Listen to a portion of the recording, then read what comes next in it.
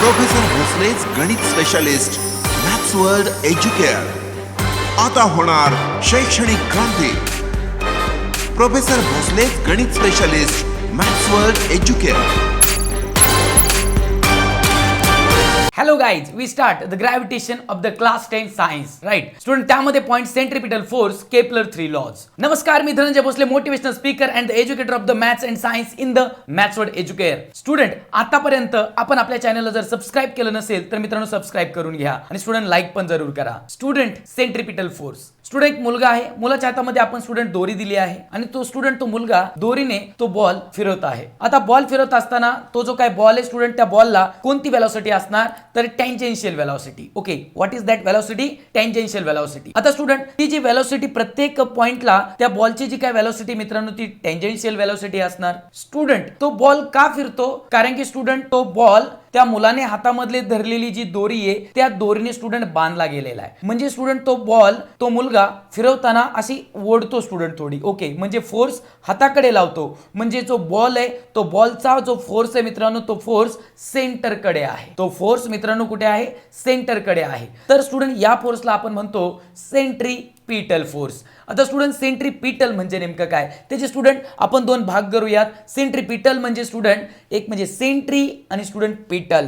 Sentry म्हणजे सेंटरकडे आणि पिटल force म्हणजे स्टुडंट सिकिंग फोर्स. म्हणजे स्टुडंट सेंटरकडे आकर्षित, सेंटरकडे ओढणारा फोर्स, सेंटरकडे ओढणारा फोर्स त्याला आपण म्हणतो मित्रांनो सेंट्रीपिटल फोर्स. ओके, मग centre seeking force it is a centripetal force. आता स्टुडंट ती जर दोरी जर आपण स्टुडंट जी तर दोरी जर आपण तोडली ना तर दोरी आपण तोडल्यामुळे तर स्टुडंट तो बॉल कोणत्या डायरेक्शनने निघून जाणार तर तो बॉल स्टुडंट टँजेन्शियल वेलोसिटीने तो बॉल निघून जातो. तर स्टुडंट हा कन्सेप्ट होता सेंट्रिपिटल फोर्सचा. बघूया student definition of the centripetal force. Student, centripetal force the force exerted towards the centre of the circle. Force कुठे एक्झर्ट होतो student? Centre of the circle कडे. ओके, म्हणजे स्टुडंट बॉलच्या सर्कल मध्ये फिरत होता त्या सर्कलच्या सेंटर कडे स्टुडंट फोर्स एक्झर्ट होतो on an object moving along the circular path.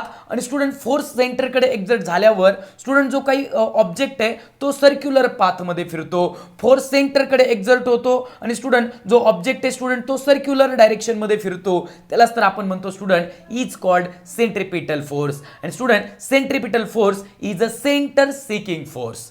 Student, या ठिकाणी क्वेश्चन आहे, why doesn't moon and satellite fall on the earth? म्हणजे सॅटेलाइट आणि स्टुडंट मून अर्थ वरती का पडत नाहीत असा तो क्वेश्चन आहे. त्याचा answer student, okay, now the moon and satellite are moving in their orbits. म्हणजे मून असेल किंवा सॅटेलाइट असेल ते त्यांच्या स्टुडंट ऑर्बिटमध्ये फिरतात. ओके, आणि स्टुडंट ऑर्बिटमध्ये फिरत असताना त्यांना त्यांची विशिष्ट वेलोसिटी आहे. म्हणजे the moon and the satellite are moving in their orbit with a certain velocity and student due to that certain velocity hence they not fall on the earth. आणि म्हणून स्टुडंट ते कशावर पडत नाहीत? अर्थ वरती पडत नाहीत because of they have the certain velocity. This velocity is not there. म्हणजे स्टुडंट की त्या ठिकाणी जर मून आणि सॅटेलाइटला जर वेलोसिटी जर नसती ना तर student they would have fallen to on the अर्थ.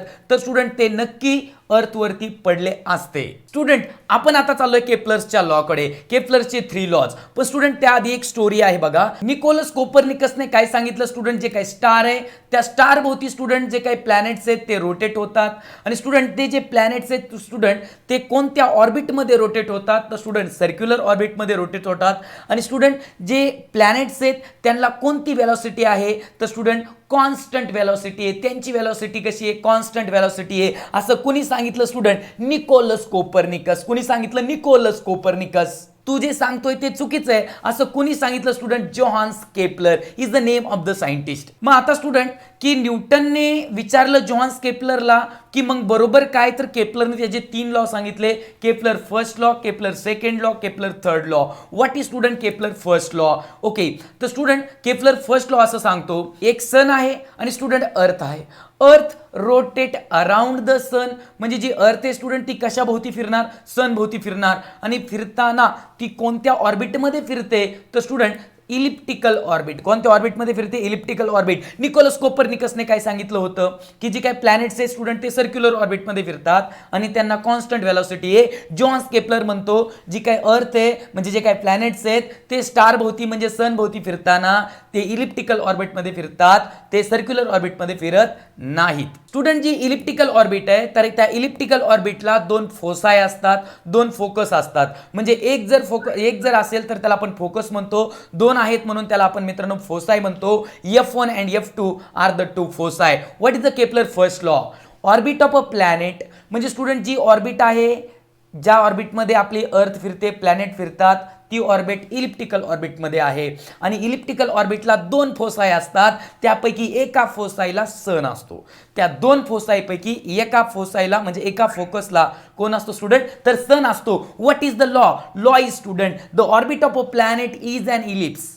Orbit of a planet is an ellipse with the sun at one of the foci. त्या दोन फोसायपैकी एका फोसायला कोणी स्टुडंट? सन आहे. This is the Kepler first law. Kepler second law बघा, elliptical orbit आहे, त्याच्या एका फोकसला सन आहे.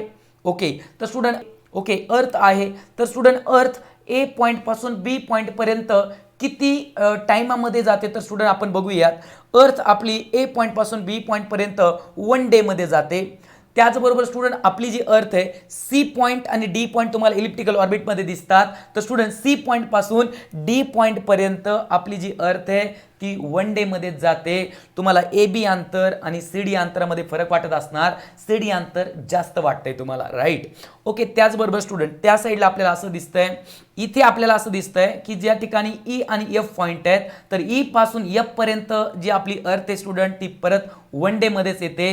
3 पॉइंट जर आपण ऑब्झर्व केले, A to B, C to D आणि ई टू एफ, तुम्हाला कोणतं अंतर जास्त वाटतं? तर ई पासून एफ पर्यंतचं अंतर आपल्याला जास्त वाटतं. आणि यावरून आपण स्टुडंट सांगू शकतो जे काही प्लॅनेट्स आहेत ते इलिप्टिकल ऑर्बिटमध्ये रोटेट होत असताना त्यांची व्हेलॉसिटी कॉन्स्टंट नाही, तर ती व्हेलॉसिटी काय होते? चेंज होते. स्टुडंट हे जे तीन आपल्याला एरिया दिसतात ना, हे तिन्ही एरिया स्टुडंट कसे आहेत? तर हे सेम एरिया आहेत.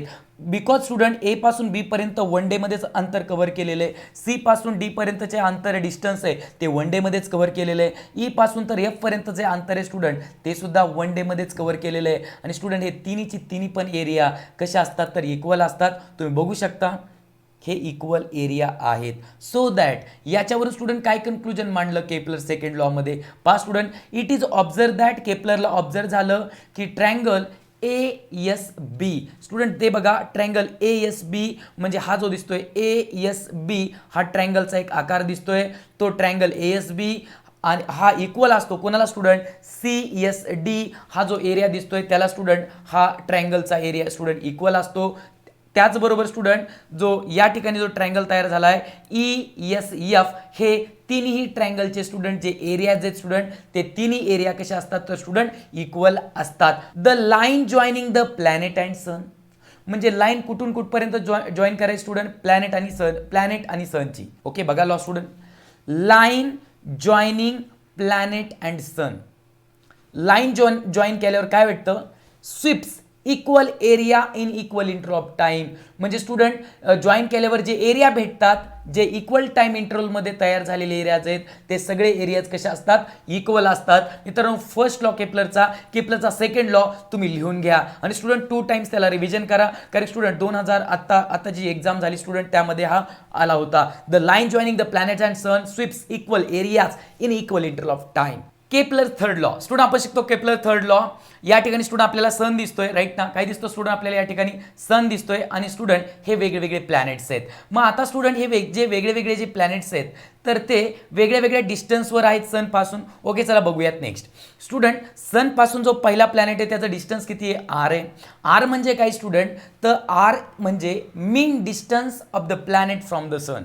म्हणजे स्टुडंट सन पासून त्या प्लॅनेटपर्यंत जे डिस्टन्स आहे त्याला आपण आर म्हणलो. आणि स्टुडंट हा जो प्लॅनेट आहे त्याला सन भोवती रोटेट होण्यासाठी किती टाइम लागतो? तर स्टुडंट त्याला आपण म्हणलेले कॅपिटल टी. ओके, मग स्टुडंट कॅपिटल टी म्हणजे नेमकं काय? तर कॅपिटल टी म्हणजे student period of revolution around the sun. Okay, period of revolution around the sun. Exactly. आता स्टुडंट बघूयात आपण. तर सेकंड प्लॅनेट तो पण किती अंतरावर आहे, आर अंतरावर, त्याला पण फिरायला किती टाइम लागतो स्टुडंट, त्याला सुद्धा फिरायला टाइम लागतो. म्हणजे स्टुडंट बघा, जर आर इन्क्रीज झालाय, प्लॅनेटचं डिस्टन्स जर वाढतंय ना स्टुडंट, तर त्याला फिरण्याला टाइम सुद्धा जास्तच लागणार. फिरायला स्टुडंट त्याला टाइम सुद्धा कसा लागणार, तर जास्तच लागणार. Okay, exactly. मग स्टुडंट यावरून स्टुडंट आपण असं सांगू शकतो T is directly proportional to R. Student T is directly proportional to R असं आपण कसं काय सांगू शकतो, कारण की आर जर इन्क्रीज होतोय स्टुडंट, आर जर इन्क्रीज होतोय तर टी सुद्धा इन्क्रीज होतोय. R increases, T increases. ज्यावेळेस दोन्ही गोष्टी इन्क्रीज होत असतात त्यावेळेस स्टुडंट तिथं साईन असतं डायरेक्टली प्रपोर्शनलचं. एक्झॅक्टली. मग आता स्टुडंट पहा, T is directly proportional to R. Okay, so that T square is directly proportional to the R cube. या ठिकाणी रिलेशन आहे. T square is directly proportional to the R cube. आता तुम्ही म्हणणार sir T square is directly proportional to the R cube कसं काय, तर student हे एक्सपेरिमेंटली प्रूव्ह केलेलं असतं आणि डेफिनेशन आणि लॉ मध्ये स्टुडंट आपण काही चेंज नाही करू शकत, तसं शिकावं लागतं.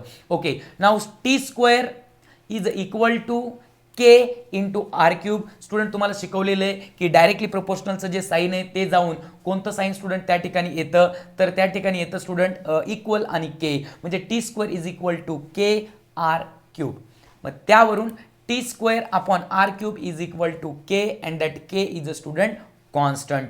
म्हणजे T square upon R cube is equal to K. Student हे आपल्याला एक्झाम्पलमध्ये यूज करायचं आहे, त्याचा स्क्रीनशॉट घ्या. T square is a directly proportional to the R cube. It is the Kepler third law. म्हणजे केपलरचा थर्ड लॉ नेमकं काय student, the square of the period of revolution. T म्हणजे काय student, period of revolution around the sun आणि त्याचा square आहे, म्हणजे the square of its period of revolution around the sun. Okay, आणि ते मधलं साईन आहे स्टुडंट, त्याला काय म्हणतात, is a directly proportional to the. Okay, आणि आर म्हणजे काय स्टुडंट, आर म्हणजे the mean distance of the planet from the sun आणि त्याचा क्यूब आहे, म्हणजे cube of the mean distance of the planet from the sun. म्हणजे आता लॉ बघा काय, the square of its period of revolution around the sun is directly proportional to the cube of mean distance of the planet from the sun. तर student do you know याच्यावर सुद्धा कधी कधी question येतात, त्यावरून student बघून घेऊयात.